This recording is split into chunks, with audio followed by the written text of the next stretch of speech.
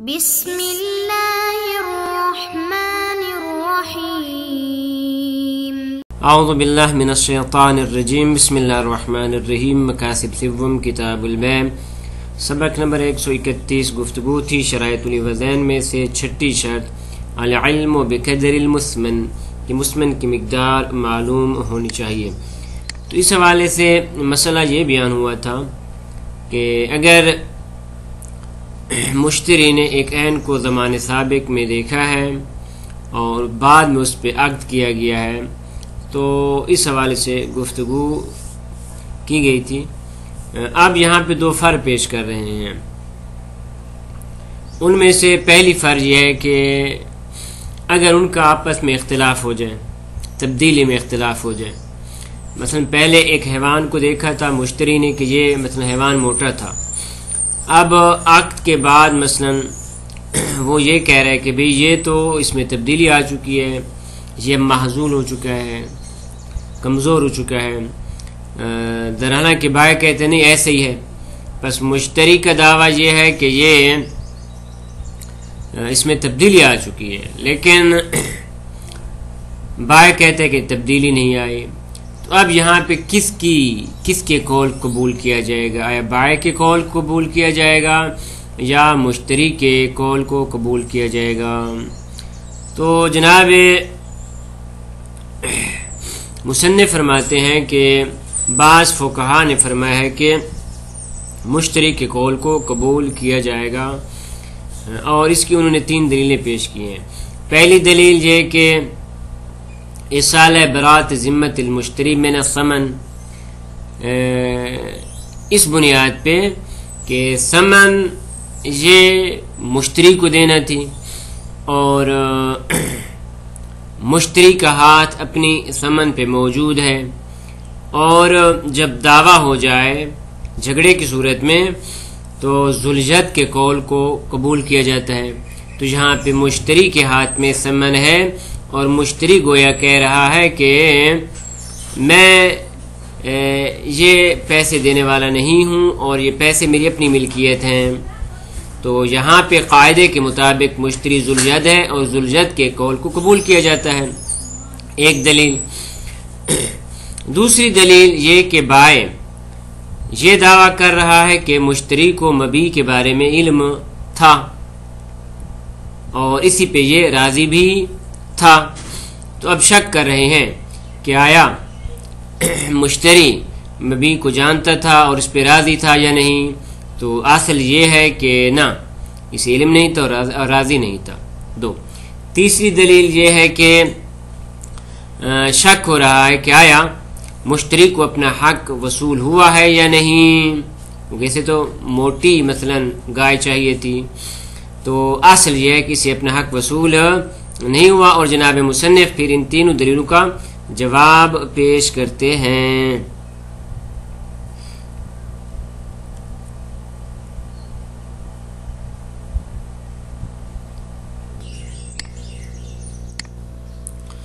تو لذا یہ مسئلہ یہاں پہ ذکر کیا گیا ہے۔ بس اصل مسئلہ یہی تھا کہ اذا شاہد عینا فی زمان سابق علی العقد علیہا، کہ اگر مشاہدہ یہ ہوا کہ زمان سابق میں ایک چیز کو دیکھا گیا اور اس کے بعد پھر اس پہ عقد کیا گیا، تو پھر اس کی 3 صورتیں تھیں کہ یا تو عادتاً ایسی چیز ہے کہ جو اس میں تبدیلی واقع ہو جاتی ہے،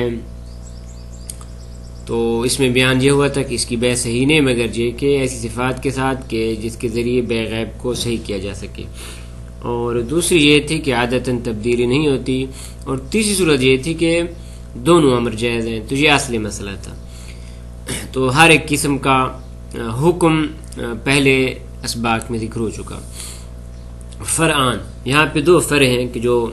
اسی مسئلے پہ متفرع ہو رہی ہیں۔ الاول فرع اول یہ کہ لو اختلف فی التغییر، اگر تغییر میں اختلاف ہو جائے بائع اور مشتری کا، فادعاہ المشتری، مشتری نے تغییر کا دعویٰ کیا ہے، بس مشتری مدعی ہے، اور کیا نام ہے بائع انکرا، باعث منکر ہے،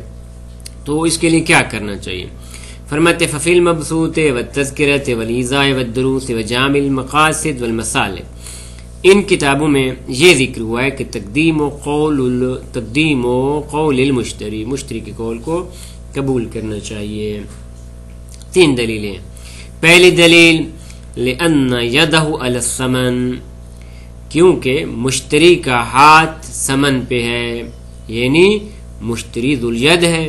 اور جب دعویٰ ہو جائے، ایک طرف مدعی ہو اور دوسری طرف منکر ہو، تو مدعی کے جو صاحب ید ہے اس کے قول کو قبول کیا جاتا ہے۔ اس طرح سے انہوں نے دلیل بنے کما فی الدروس الشریعہ، شہید اول نے دروس شریعہ میں یہی دلیل پیش کی ہے۔ نیز فرماتے ہیں یہی دلیل راجع الی ما فی المبسوط والسرائر، مبسوط اور سرائر میں بھی اسی طرح کی دلیل ہے کہ وہ اس طرح انہوں نے ذکر کیا کہ من ان المشتری هو الذي ينتظر منه الثمن،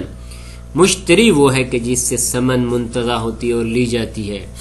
ولا ينتظر منه، اور اس سے منتظر نہیں ہوتی مگر ولا ينتظر منه الا باقراره او بینۃ تقوم علیہ، اور یہ ثمن کا منتظر اور اس سے جدا ہونا 2 صورتوں میں، یا تو یہ صاحب ثمن خود اقرار کرے او بینہ، یا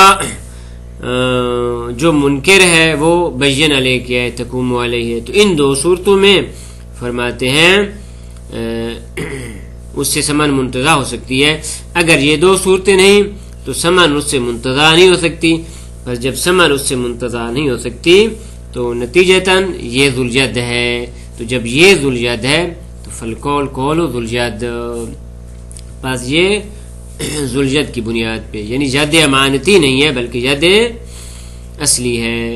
خب انتہا، یہاں تک یہ دلیل تام ہوئی۔ تو فرماتے وتابعہما علامہ ایضاً فی صورت الاختلاف، فرماتے ہیں ان دونوں کی اتباع کی، صاحب سرائر کی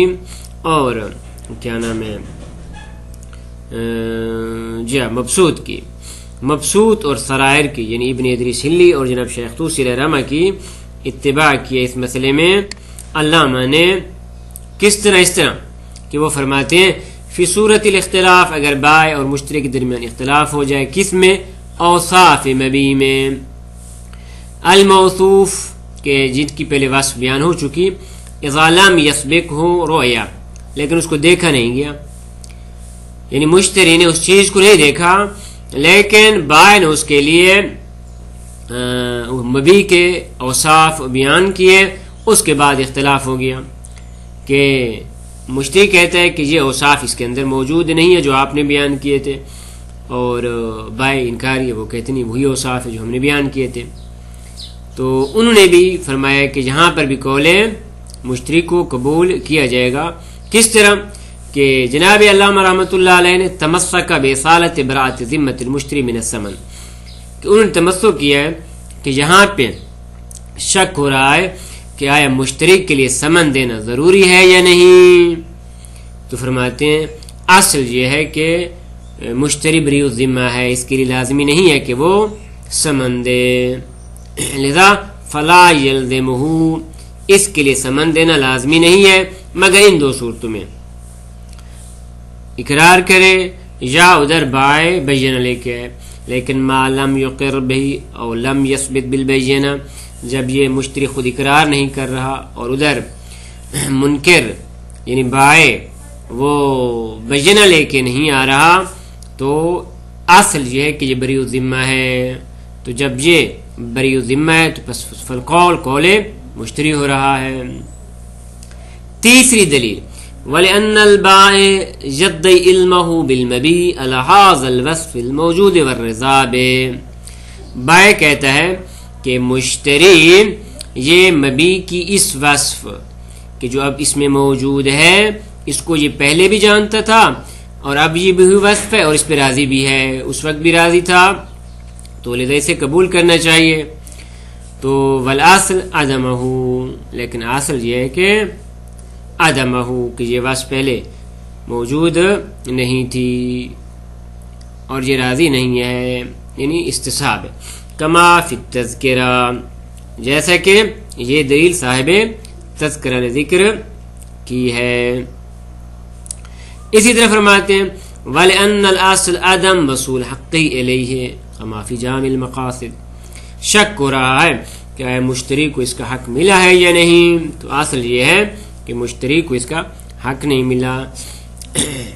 یعنی جس طرح یہ چاہتا تھا کہ وہ مثلا موٹا حیوان اسے ملنا چاہیے تھا، تو یہ اسے موٹا حیوان نہیں ملا. کما فی جامع المقاصد، یہ دلیل جناب محقق ثانی نے جامع المقاصد میں ذکر کی ہے. پس 3 دلیلیں ہو گئیں جس کی بنیاد پہ قول مشتری کو قبول کرنا چاہیے. اب ان کا جواب، وَيُمْكِنْ أَن يُضَعَفَ الْأَوَّلِ، ممکن ہے کہ پہلی دلیل کو ضعیف کیا جائے. پہلی دلیل کیا تھی کہ مشتری صاحب ید ہے اور قول صاحب ید ہوتا ہے. تو یہ فرما رہے کہ نا مشتری کا جو ہاتھ ہے یہ ہاتھ ہے ذوالید نے، بلکہ ہاتھ امانتی ہے کہ بِأَنَّ يَدَ الْمُشْتَرِي عَلَى الثَّمَنِ بَعْدَ اعْتِرَافِهِ بِتَحَقُّقِ النَّاقِلِ الصَّحِيحِ يَدُ أَمَانَةٍ، کہ جب مشتری یہ کہتا ہے کہ عقد ہو چکا ہو، عقد تو ٹھیک ہے نا، اور عقد ہی وہی چیز ہے کہ جو ناقل ہے، تو جب وہ اعتراف کر رہا ہے کہ بے عقد تو ہو چکا ہے اور عقد میں بھی کوئی خدشہ نہیں ہے، تو اب اس کے بعد، اس اعتراف کے بعد مشتری کا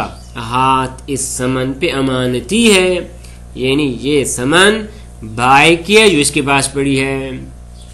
بس اب کیسے کہتے ہیں یہ ذوالید ہے؟ تو پس جب یہ ذوالید نہیں تو اس کے قول کو کیسے قبول کر سکتے؟ غایت الامر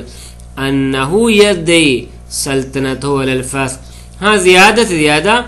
اب یہ اس بات کا دعوے دار ہے کہ یہ فسق پہ قدرت رکھتا ہے. تو فرماتے ہیں فسق پہ قدرت رکھنا، فرماتے ہیں یہ اس کو نفع نہیں دیتا کہ تشبثہ بالید، کہ اس کو ذوالید تلقی کیا جائے اور اس کے قول قبول کیا جائے. فاسق پہ اس کی سلطنت ہے لیکن اس پہ اس کی سلطنت نہیں ہے. الا ان یقال، مگر اس کا جواب آپ اس طرح دے سکتے ہیں کہ ان وجود الناقل لا یکفی فی سلطنت البائع علی الثمن، کہ ٹھیک ہے ناقل تو موجود ہے یہاں پہ، لیکن فرماتے ہیں صرف ناقل کا موجود ہونا یہ کافی نہیں ہے کہ بائع ثمن پہ سلطنت رکھتا ہو. بناء علامہ ذکر العلامہ فی حکام الخیار من التذکرہ، بنا رکھتے ہوئے اس قول پہ یا اس مطلب پہ جناب علامہ نے تذکرہ کی بات سے خیارات میں ذکر کیا ہے کہ انہوں نے فرمایا ہے کہ صرف وجود ناقل یہ بائع کے لیے سلطنت نہیں لے کے آتا. لم ينسب خلافہ، اور فرماتے ہیں اس کے ان مطلب میں کوئی ان کا مخالف بھی نہیں ہے، الا الی بعض شافعیہ، مگر بعض شافعیہ کی طرف اس کی نسبت دی گئی ہے کہ وہ کہتے نہیں وہی ناقل کافی ہے. وہ کیا؟ من عدم وجوب تسلیم الثمن والمثمن فی مدت الخیار وان تسلم الاخر. وہ احکام خیار میں جناب نے اس طرح بیان کیا ہے کہ مثلا خیار حیوان، کہ خیار حیوان مشتری کے لیے ہے، تو خیار حیوان میں اگرچہ بائع نے حیوان تو اسے دے دیا ہے لیکن واجب نہیں ہے ثمن اور مسمن کو ایک دوسرے کے سپرد کرنا، یعنی اس کے لیے ثمن بائع کو تسلیم کرنا واجب نہیں ہے. تو اب یہ جو مدت 3 دن کے جہاں پہ خیار ہے، تو آیا ان 3 دنوں میں اگر ہم شک کریں وحینئذ فالشک فی ثبوت الخیار، تو اگر شک پڑ جائے کہ واقعاً اس کے لیے خیار ثابت ہے یا نہیں، تو یہ شک موجب بنتا ہے الشک کو فی سلطنت البائع علی اخذ الثمن، موجب بنتا ہے کہ آیا بائع اخذ ثمن پہ سلطہ رکھتا ہے یا نہیں. پس اخذ ثمن میں بائع کے سلطے کے بارے میں شک ہے، لیکن فرماتے ہیں فلا مدفع لہذا الوجہ،